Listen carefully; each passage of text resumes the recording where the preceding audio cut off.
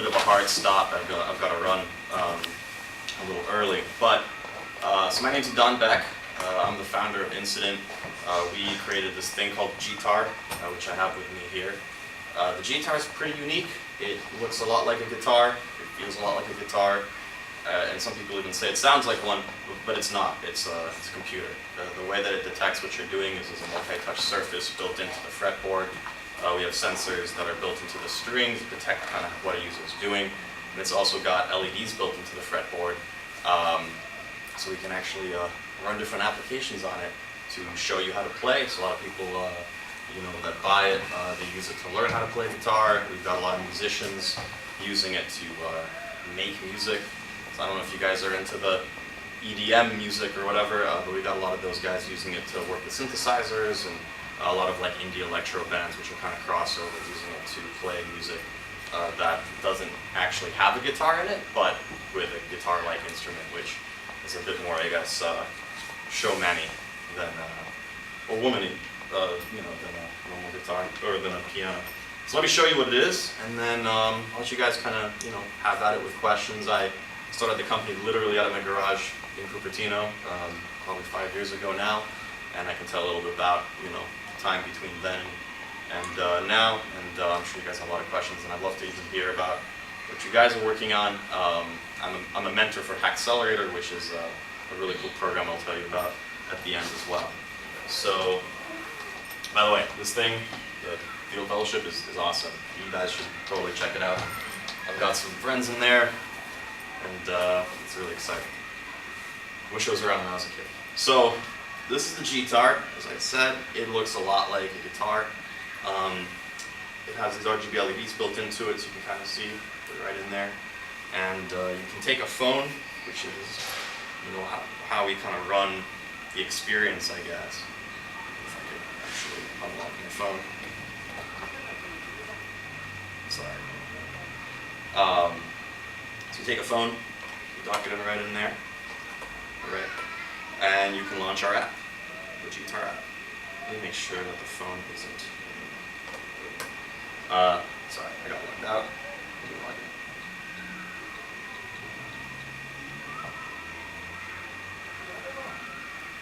Cool. So when you log into the app, you can actually see a feed on the right of people using it when it's, so you can actually listen to what your friends are doing. You can even see previous songs that you played. You can go into the main screen and go and choose a song. Like I'll choose, I don't know, Air on the G string. Because it's MIDI, so the whole thing is working over MIDI, not like traditional guitar. Like in a real guitar, the way it works is that there's a string that's basically electromagnetically actuated. If you guys are interested in the physics of that, it's pretty cool. But this is totally different. It's 100% trigger based, so it's 100% MIDI. And it's just data being sent to the phone, and the phone is actually producing or synthesizing the sound in real time. So I'm going to choose to play this song with a piano sound instead. There's a couple different difficulty modes. Kind of explain what those are. So this is an easy mode. And in easy mode, I don't even have to really know what I'm doing. I just have to sort of hit the strings. So it's showing me what I should be doing, like I should be doing this. I'm not a really good guitar player anymore. When you start a company, you have to give up all of your hobbies. That's okay, because you love what you're doing every day, so don't worry about it. Eventually, in this mode in easy, like even if I'm way off, like here, I can totally do whatever I want, and it'll still play. Maybe you kind of want to be a little bit more accurate with what you're doing, or you want to actually start learning. So you can switch over into medium mode, and in medium mode, you actually have to play the correct thing. So if I play like a wrong note, it won't play anything, and only if you play the correct one. And even if I only play a few notes correctly, it'll play the entire thing. So this lets people with no previous experience really pick up the guitar and start to learn to play. The cool thing about it though is because it's an entirely app-based system, we can build other applications for it too. So other than learning how to play like a given song, there's another app we built, for example, called Sequence. And Sequence is kind of a unique application. It uses the GTar in a really unique way, nothing like a guitar at all.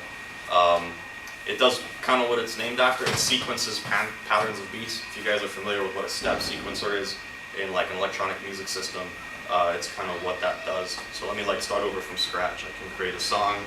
I can set up a drum, and I can go and basically draw and use the fretboard of the GTar as effectively a display surface for manipulating the step sequencer. And then I can add other things too, like instruments.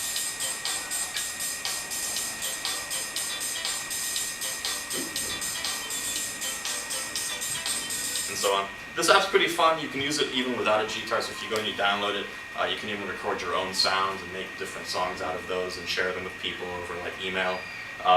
We're actually currently connecting this to our backend, so eventually we'll be able to log into our web page and upload a song there and even edit it in what looks like a GarageBand in the browser. And that should be coming out pretty soon. These are applications we've built. This is also fully compatible with a bunch of apps on the iTunes store, so anything that supports core MIDI it works with. This is one of my favorite apps. This is an app that's made by this Japanese synth maker, and it just kind of like has these really cool like kind of like Daft Punky sort of sounds. This is actually how most of our musicians use it, so they don't use it with our learn how to play, they already know how to play, although some of them not very well. But they plug it into like Logic or Ableton or GarageBand, well not GarageBand, but you kind of get the drift. They use it with just the USB MIDI direct into the computer, and all this stuff works even with web apps and other platforms, although we focused a lot on the iOS platform, obviously. So yeah, that's kind of the gist of the GTar. The backend and the platform that supports this and makes it actually function is a lot more sophisticated. You know, it's kind of this is the tip of the iceberg, so to speak, but the hardware itself is pretty cool on its own. It's got a lot of modularity built into it. This is actually like a mixed signal system. If you guys are kind of getting into that, basically the conversion of the real world into digital signals is always a really interesting space to be in, because you're taking physics and converting it into the digital realm.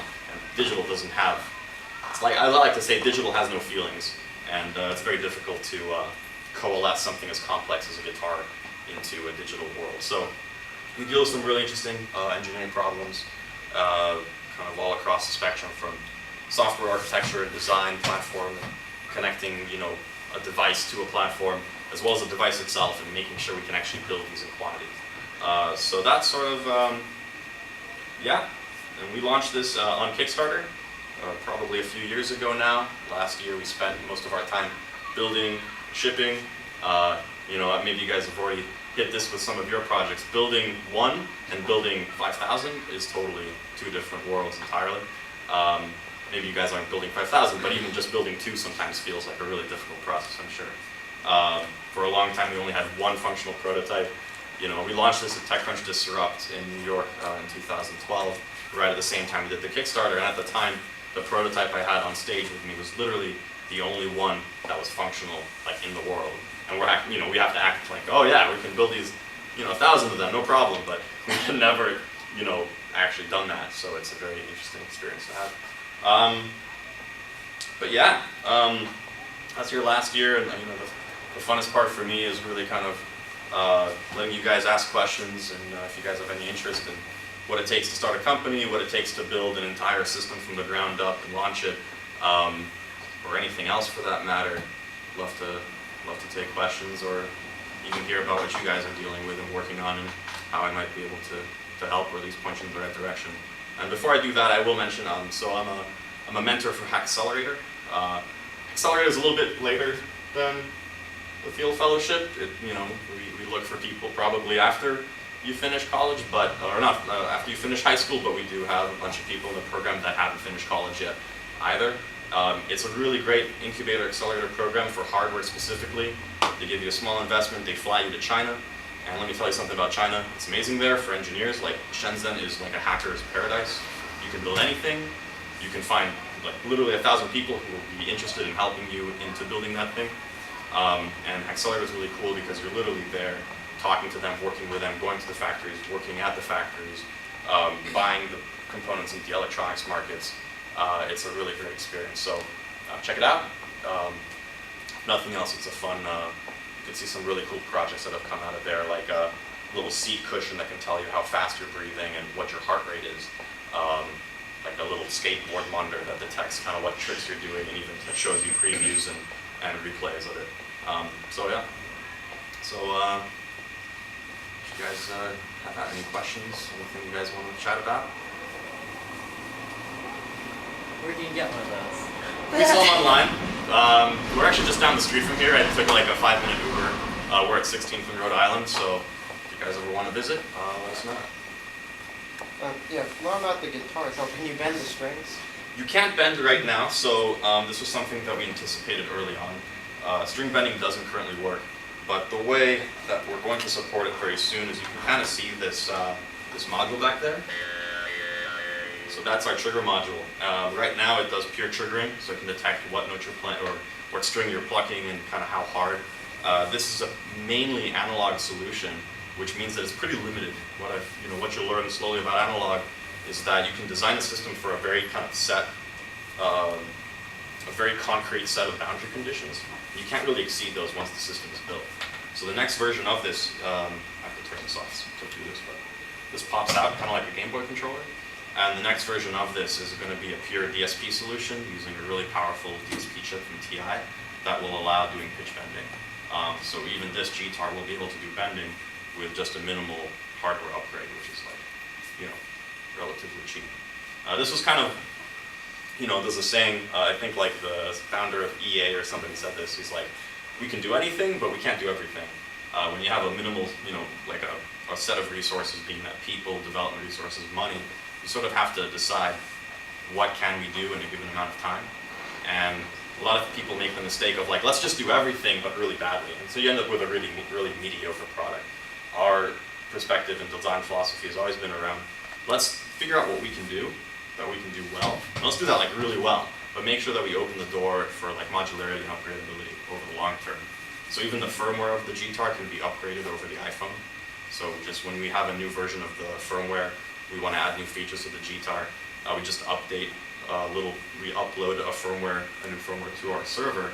The iPhone automatically checks that server every time you start up and will download and update the GTar automatically, for example. And same thing with hardware. Sometimes you can't do everything in firmware.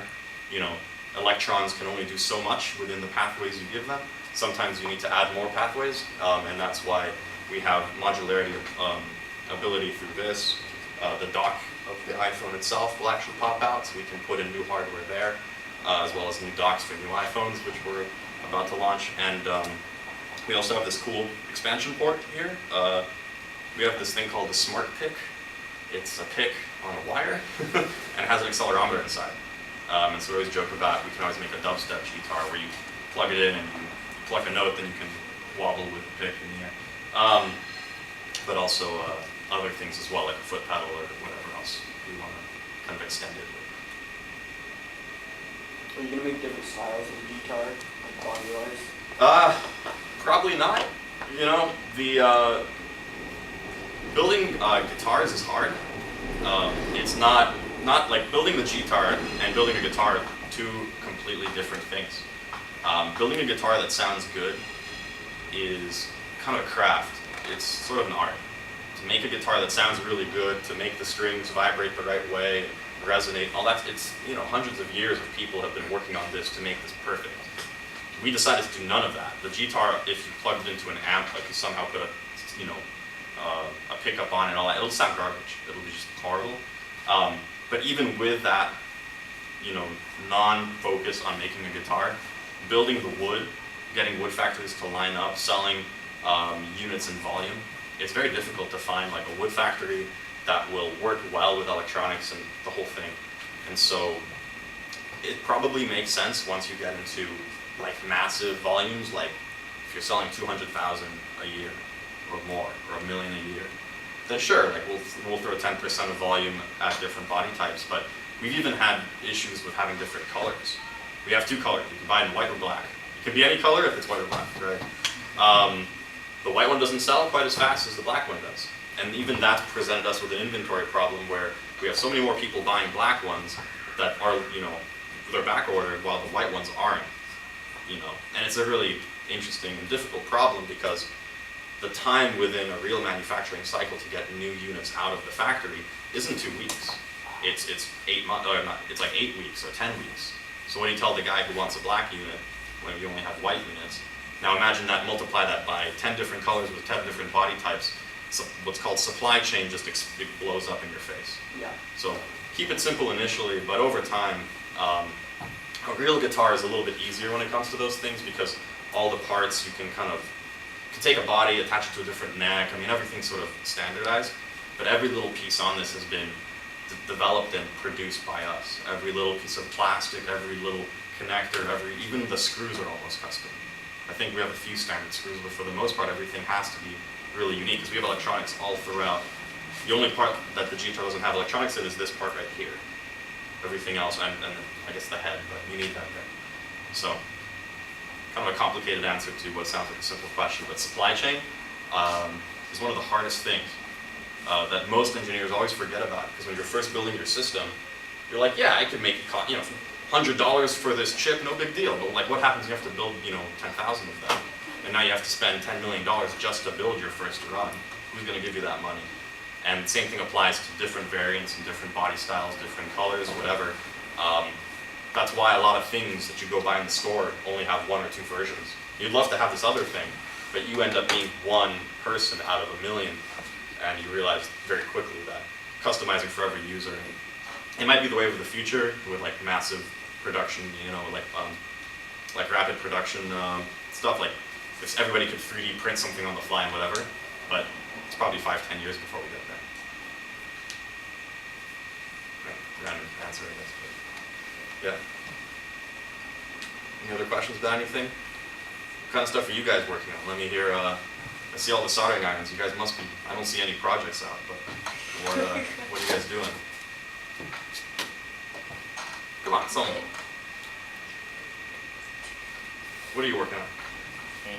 Yeah. Voice control robot. What's your name? Tommy. Tommy. Cool. A voice controlled robot. Yeah. Cool. What kind of stuff does it do? I give command by voice, like forward, backward, and left, right. Just do what I say. Cool. What kind of platform are you using? Like, what kind of tools are you building it on? Like what microcontroller Yeah. or like exam. Awesome. Cool. Anyone else? What are you guys working on? Wow. I remember being a kid. Everybody's so shy. Trust me, if you want to start a company, you gotta not be as shy. Because you have to get up in front of a bunch of people and talk like I am right now.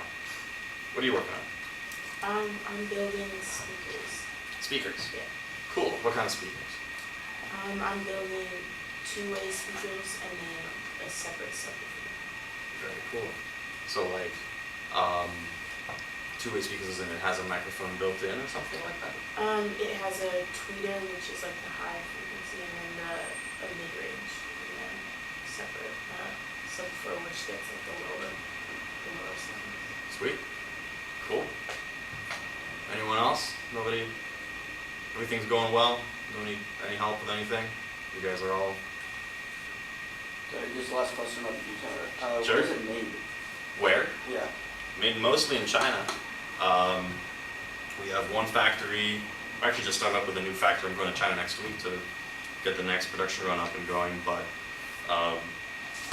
manufacturing is kind of complicated, but not really. You always have one main factory that does all the hard work and all the heavy lifting, but they subcontract out to like 7, 10, sometimes even more factories.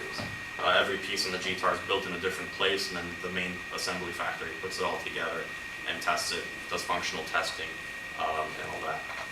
The wood is built in a guitar factory, the plastics done in an injection molding factory. The injection mold was developed at an injection molding tool factory.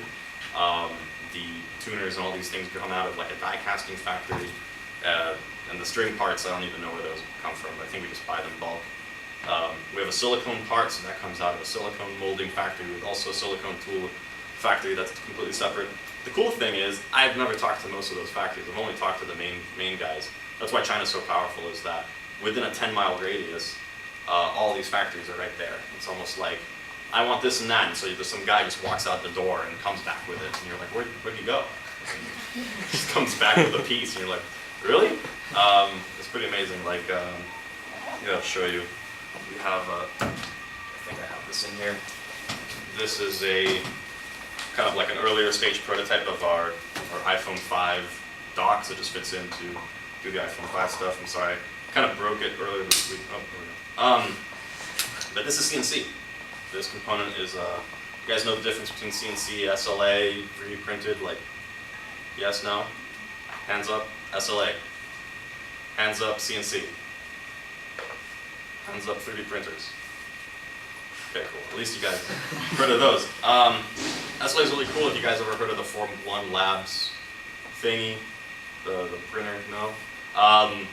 SLA is a really unique technology. It's stereolithography, so there's like a puddle of resin, and they shine light into it using kind of a stereo display. So one doesn't do anything, the other one doesn't do anything, but combined, they have enough energy to polymerize the resin, and then they can basically shine patterns into this resin and then build really complex shapes in really thin layers, if that makes sense. It's really cool. It can create really really high resolution things that like a 3D printer can't do. We're talking down into the micron range even, with really sophisticated SLA machines. But it's also really expensive, and the resin is super expensive, and machines cost like hundreds of thousands of dollars. So you're not going to find this in your own shop. Form 1 Labs built like a portable one, but it's still pretty. It's not that bad. It's like about the same cost as a 3D printer, but the resin is still expensive. They're doing some really amazing work there, but you can build stuff like as long as it's like that big, which is pretty small for us. So CNC is a different technology. It's a computer controlled, like it's a computer controlled mill. You guys know what a mill is? So, but it's basically just a computer controlled one. And CNC is really expensive in the US, like so expensive that something like this would cost $500, $1,000 just to CNC. This was like $50 in China, and it took a day. And so you can kind of see, I'll pass it around if you guys want to check it out. But you can see like where the mill cut and all the lines and sort of but how good of a quality it is. So yeah, China's cool. I would go there. If you ever have a choice and your parents say, hey, where should we go? You go to China. Go to Shenzhen. There's not much to see, but the stuff that you want will be there. Cool. Yeah. How did you come up with that? Like, why did you choose a guitar, and like, how did you come up with the idea? Yeah. So I mean, I grew up coding. Like, I moved. I'm originally from Israel. I was born in Tel Aviv. Moved to the U.S. when I was 5. My parents came here in the early '90s. Semiconductor Israeli exodus. So a lot of stuff. My dad worked at National. Both my parents later became entrepreneurs. My dad in semiconductors, my mom in enterprise software. So I started coding when I was like 5. I got my first 46 PC. I was really like into that. And I started playing guitar when I was about 10. So I ended up playing kind of like semi-pro jazz in high school. I had a lot of fun doing that. And I realized that the hardest thing about having a band and playing music with people is people. Like, you have to have people to play music, which kind of is annoying. And especially when you're in a dorm room and you're studying, you've got tests, and the only free time you have is like 11 p.m. on a Sunday. I'd go to lab, basically the whole time when I was doing my master's, and then I would from lab I'd come to like my nightclub to DJ at like 9 on a Friday, go back at 2 a.m. to lab, work throughout the night and through the day, go back to my DJ on like Saturday night, then go back to lab for a while and then pass out like most of Sunday. Eventually this got kind of tiring, and I was like, maybe I could like take the guitar, which I know how to play, and combine it with a computer, which I also know how to play, and maybe I could like make that a useful kind of marriage. And at the time there were these things called, and they still exist, called guitar to MIDI converters. What they do is they look at the frequency that's vibrating on the string and convert that into MIDI or into digital. They're pretty bad, relatively. Like, they work, but they're really slow. Music's a really annoying place when it comes to latencies. It uses what's called anticipatory latency, not, like, your mind doesn't actually work faster than 40 to 50 milliseconds in moving signals around. But if I take my finger and I smack the table, I can anticipate when my finger will come into contact with the table. So when it comes to anticipation, the human body can actually anticipate things within even up to like 10, some people even say 8 or 7 milliseconds. So these guitar to MIDI converters were horrible. They didn't work very well from a musical perspective. I got so frustrated I'd saved up for like months to buy this thing. It's expensive, it's like $500 just for the converter that you then slap onto, and it has to be a good guitar. The guitar has to be like perfectly in tune. Like everything has to be perfect, and then sometimes it works, you know? So I got really frustrated. I was in lab the whole time. I was a TA for a microcontrollers project class. I was helping people build really cool things, and sometimes I had some free time. So I built what was then the first prototype of just the touch sensor network. And that's sort of where it began. After college, I went to work at Microsoft, and I got a little tired of working at a big company, where you want to kind of get to work on a little thing. I was developing all these great solutions that nobody was ever using. Got a little frustrated, so I worked in my garage day after day. One day I added the LEDs, sort of on a whim, actually. But when I put the final prototype together and showed it to someone, they were like, and me and them together realized, like, wait, this is an interactive guitar. That's kind of an interesting thing about like working on projects. Like you can build something like truly unique to you, but nobody else cares about it. So it's really important to build something that actually people care and want. And so that was the moment where I was like, well, I was working on other projects too. I was working on video game tech. I was working on computer graphics stuff. I was working on telecommunications and starting to get into mobile. But decided to do this because I knew that there's a real market, there's a real demand, that it might take a while for people to see what it is and understand it, but that's okay. And quit my job and focused on it full time then. So yeah, it's usually how it works. You're usually working like 5, 7 projects, or you're doing this thing and the other, and one day you sort of have this eureka moment and you're like, okay, I want to do that. That's usually how it happens. But it only happens when you're doing something, so just keep swimming. It's a good one. What do you do on a daily basis at your job? I'm crazy, so don't do what I do. But I generally wake up, spend an hour on emails. Emails are a real thing. I don't know if you guys use emails yet, but you will. And when you do, you're going to hate it like I do. But get good at it, because it's really an important skill, whatever it may be in like the next 10 years or whatever. Then I call a bunch of people. Then I sign a bunch of agreements and deal with supply chain and billing and whatever broke the night before. I try to fit probably 4 or 5 hours of coding in every day. It's hard to sometimes. That's sort of my goal. I tend to work on sort of the deeper, lower level stuff, the architectural, sometimes the specifications. So sometimes it's not really coding.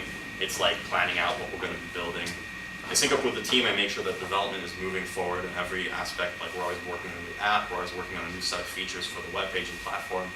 I also have to maintain and take a lot of meetings with people. Just like the other week, I went and flew to Fender. You guys have heard of Fender, hopefully. It's the biggest guitar company in the world, at least by revenue numbers. And there's a lot of kind of more business development stuff that I do now that I used to a year ago. Like a year ago, I was going to China literally every other week. So last time I was here, I was just like a week between me going to China. Like, it's funny because I'm going to China next week, but I don't go as often as I do. Let me just check my time just to make sure I'm not cool.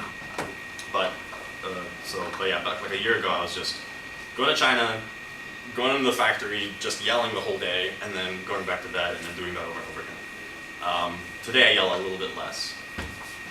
Mostly I yell at like, I don't know, my girlfriend or something, because I'm tired and cranky at the end of the day. But that's about it. I don't yell at her, I just yell in her direction. I'm not mad at her. I love my girlfriend, so I don't know. But yeah, but a lot of everything. That's sort of what happens. Like when you start the company, like you need to also be prepared for things to change a lot.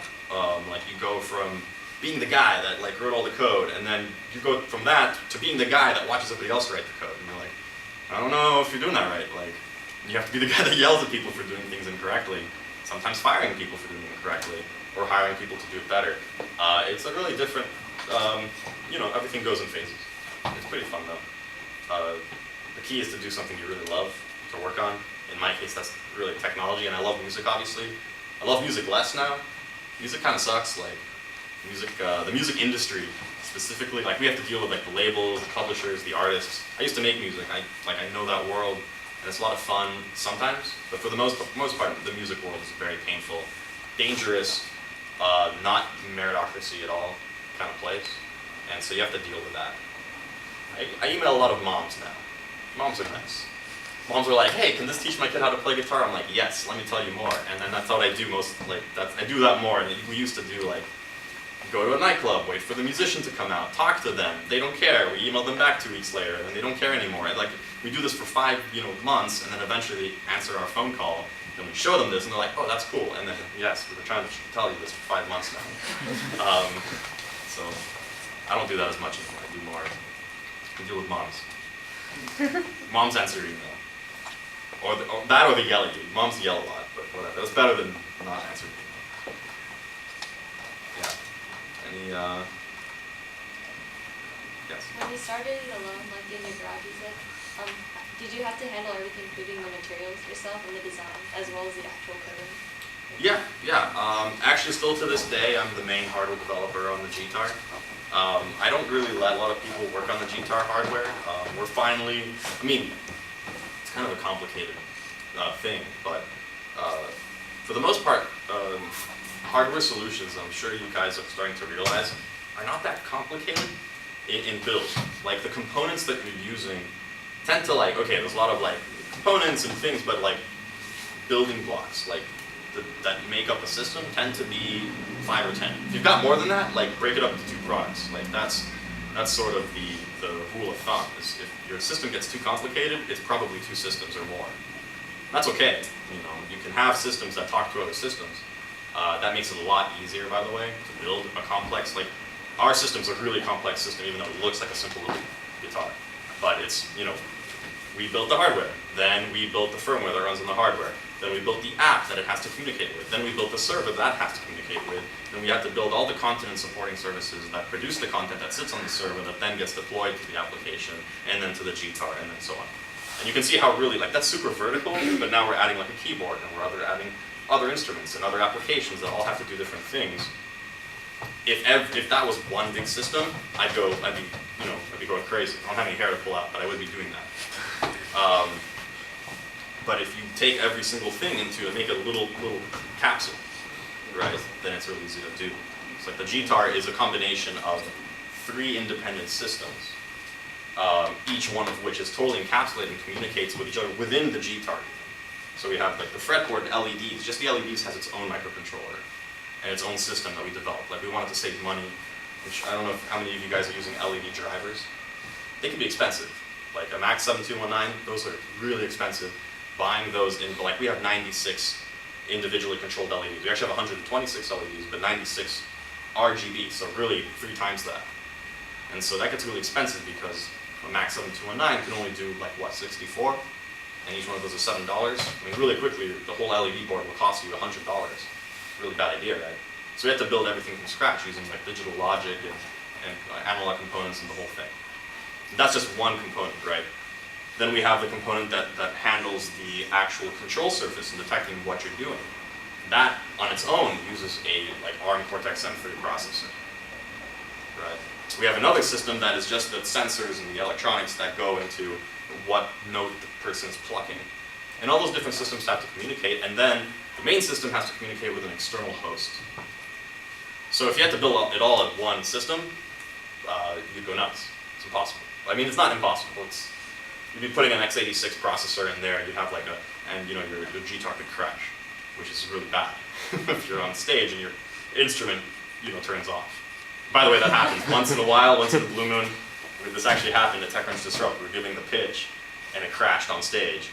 And I luckily, you can watch the finals, and I just sort of stood there and I'm like, oh no. So what do? I just kind of froze, and then it started up back again. I'm like, yes, nobody noticed, nobody knew. But and back then it was actually one. It was then we split up the system into multiple parts.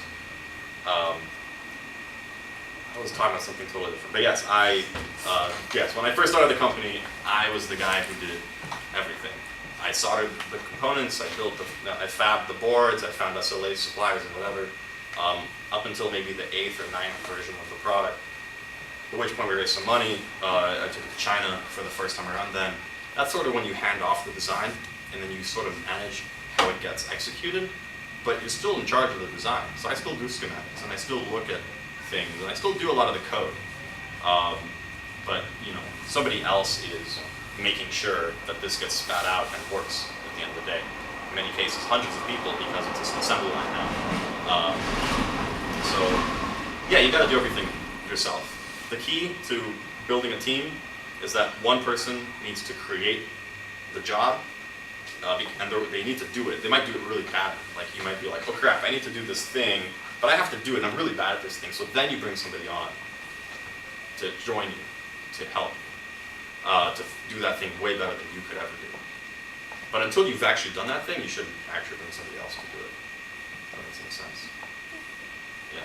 Like even when you start a team with like 2, 3, 4 people, everybody kind of knows what they were doing, you know? So you sit down and say, this is what you're doing and so on. And you might be way off, and you might have to change the team later. Well, not at this stage. You guys are working on fun projects that you don't have to sell to anybody yet. But one day you'll know what I mean. But yeah. Anybody, you know, build something that exploded yet? Anything fun? No explosions? No melted plastic, nothing? Electronics now are too safe.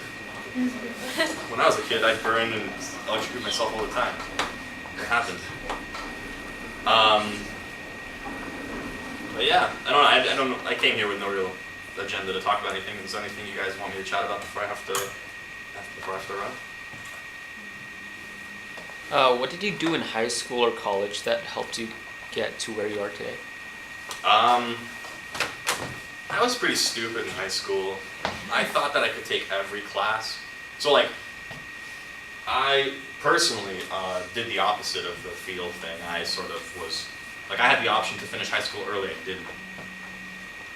Speaking of high school, my mom's calling. Thank you. So yeah, instead of finishing early, I took more classes. Same thing actually in Cornell. I went to Cornell for college and I actually finished accidentally early. Like my advisor calls me in and he's like, hey, you're done. I'm like, what? I don't want to leave. Like, I was like, okay, I'll do a master's. And that's like in 4 years I did an undergrad and master, just so I could stay for another year because I didn't want to. The real world kind of sucks. Like, you know, it does. It's very different. Anyways, back to high school. So I took a lot of classes. I was really aggressive. I took a lot of classes I was interested in. Like, I didn't really care what my GPA was. I didn't really care what grades I got. I didn't care what, you know, to get into the college. I knew that stuff would happen if I just followed my own passion. And I happen to be very passionate about technology and science and math. I love those things very much. I didn't like chemistry. I hated chemistry. I still hate chemistry. I love physics though. I love physics a lot. In fact, I still kick myself for not being a physics guy. Like to go like you know, recently they discovered, or now they're starting to build a warp drive, like a warp bubble interferometer. You know what that is? They're trying to detect literally warps in space-time continuum. Because they believe if they can detect this, they can build a warp drive. So we can go 10 times the speed of light. Like that's the like world we live in today. That's what like I get excited about that. That's what I got excited about back then. I did some kind of creative things. I definitely questioned the status quo of my teachers. I questioned my teachers a lot. They got them really mad at me. Like one time, I think I was in maybe 8th grade. My teacher was teaching us about the Big Bang, and of course I had read, you know, Einstein's theory of relativity booklet thing. And I asked her, well, wait a minute, you know, the universe was like nothing, and then it was something. There was a time where it was going faster than the speed of light. Explain. And she freaked the fuck out. And she kicked me out of class. And by the way, like inflation, this idea of the Big Bang still hasn't been completely confirmed. Like, what happened in that time when it went from like a point to a something? There's just, you know, you can't divide by 0, right? Like, what happened there? That's at one point the universe was expanding at the infinite rate. Explain, you know, like nobody knows. It's okay to say you don't know. It's really important to say you don't know. Don't kick kids out of class because you don't know. You don't know the answer. Just say nobody knows. Like you go find out, and then the kid goes, yeah, cool, and then goes finds it and finds out, right? So I didn't really trust my teachers. So instead, that's funny. And so instead, what I did is like in 8th grade, I was taking Algebra 1, and I went to my community college, and I took Algebra 2 and Trigonometry at the same time. And I actually got better grades in my community college classes than I did in my high school, in my junior high. Because they're jerks. Like, teachers are, you don't realize it, but, and it's fun to find this out, but like, teachers can really be mean. And if they're mean, you should tell them, like, you're mean. Like, go away. Like, you are not being constructive. But I did some really, so I ended up following my passions, and like, I did all these projects that I totally didn't have to do. Like, for my Japanese class, I built like a little, like, I did this whole stop motion thing. I was really into film, I was into animation, I was into graphics. For a bio AP project one time, you won't know what this is, but I built a VR XML model of the human body that you could like walk around in. It was like 3D in the browser back in like 90, or that was like 2002, which is so long ago now. It's weird. So, yeah, I don't know. There's no one thing you can do. I just like to work on projects, and I sort of did them even when I didn't know what I was doing. Like, I tried in high school to build, I was always really obsessed with flight and hovering drones and things.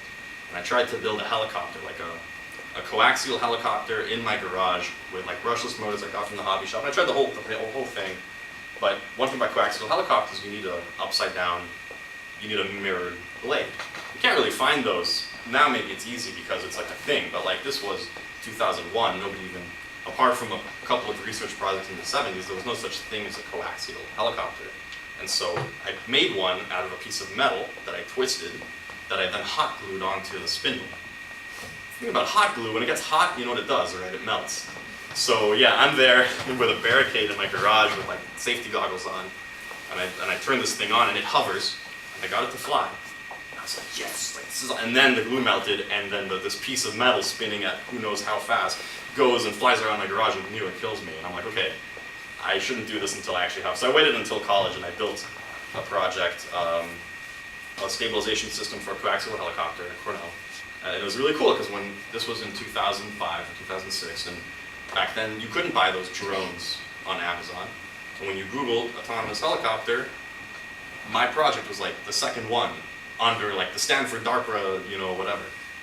Now you do it and everybody's doing this stuff and building it, right? But we were the first, like one of the first ones to utilize a gyroscope to stabilize the coaxial motion and accelerometers and things, because like we even had to get Applied Materials or Analog Devices, I think, to donate to us this like super high-tech gyroscope that at the time was like hundreds of dollars and wasn't even mass produced yet. That was most of my partner. I did all the hardware and the engineering. He was good at calling people, so I learned that from him. We're still very good friends. So in other words, follow your dreams, do what you love, and give the finger to anyone who doesn't agree. Because at the end of the day, like, life's short, I mean, you should be doing what you love to do. I mean, friends will come and go, your family's always there, but one day you're gonna die, and you'll be like, well, this money's not useful, what did I do with my life? You should look back and be like, yeah, that's pretty sweet, I don't know, so. Yeah, don't listen to teachers. Like, listen to what they say and read the books, but like, don't listen to them. Because they don't know, they're teachers. There's a reason. Sorry, I mean, you're not really, but always look up, and always find somebody that you can relate to too. Always find somebody that's sort of a couple of steps ahead of you that doesn't really care about you. That sounds kind of silly, but always find somebody who's already done it and that can give you like real advice, like the slap in your face advice, not the, oh, yeah, you're doing great. Like, those people are not useful. People that are useful are the ones that are telling you, like, you're doing shitty. Like, you need to fix X, Y, and Z. Otherwise, you're never going to do this thing you want to do. And I don't care because whatever, I'm going to go home now, But yeah, did you guys have Jeremy in here? Jeremy Blum? We're going to. Oh, cool. Oh, yeah. I know that guy. He was, yeah. He also went to Cornell. But yeah. Any other questions? I do have to run. Start packing up, but any other things you guys want to chat about? Obligatory Cornell question. I go to Cornell right now. Oh, cool. But who's your advisor? I forgot his name because it was really confusing. It was like Chia Huai or something. Oh, one of those. Yeah, I don't know if he's still there. And then I changed advisors to Belina, and Belina I think is gone now. Yeah. But my master's professor was Bruce Land, Oh, Bruce, yeah. who is my favorite person in the world. Yeah, yeah. Yeah. Was it his microcontrollers class that you went to? Yeah, I was 476 Yeah, TA, and oh wait, yeah. I don't know how much he likes me still, but he's a good dude and really, really smart. Probably a professor that changed my life because I was very theoretical, and he was the only one that kind of built stuff. Yeah, Like really, his way that he applied information was really interesting. Because when you go into like an analog class, they teach you how to build a filter network or a circuit. I mean, that's really nice and useful. But he would go, well, hey, we need to build this thing. Let's build X, Y, and Z, try these different things. And he's a terrific guy. But yeah, what year are you now? I'm going into my third year. Cool. Are you at ECE or? Yeah, you see. Cool. Stick with it. What? Stick with it. Alright, cool. Don't let operations research get you down. You know? Yeah. Screw those guys. But yeah, 476 and 576 is really great. Is Manahar still teaching? I think so, yeah. He doesn't do embedded systems anymore. He doesn't do asynchronous VLSI? I think he still does that. If you get the chance, that's probably one of the coolest classes you can take. Cool. It changes your philosophy on designing systems entirely. Well, cool guys. Any quick questions? Nothing? You should ask more questions. I'll give you that much advice. You don't ask enough questions, really. Like, questions are like the key to learning. And I don't mean that like in the stupid way, like, teachers say, like, ask more questions, it'll make you smarter. Like, no, I mean, seriously, if you don't have questions to ask, like, you should be asking yourself, like, why not?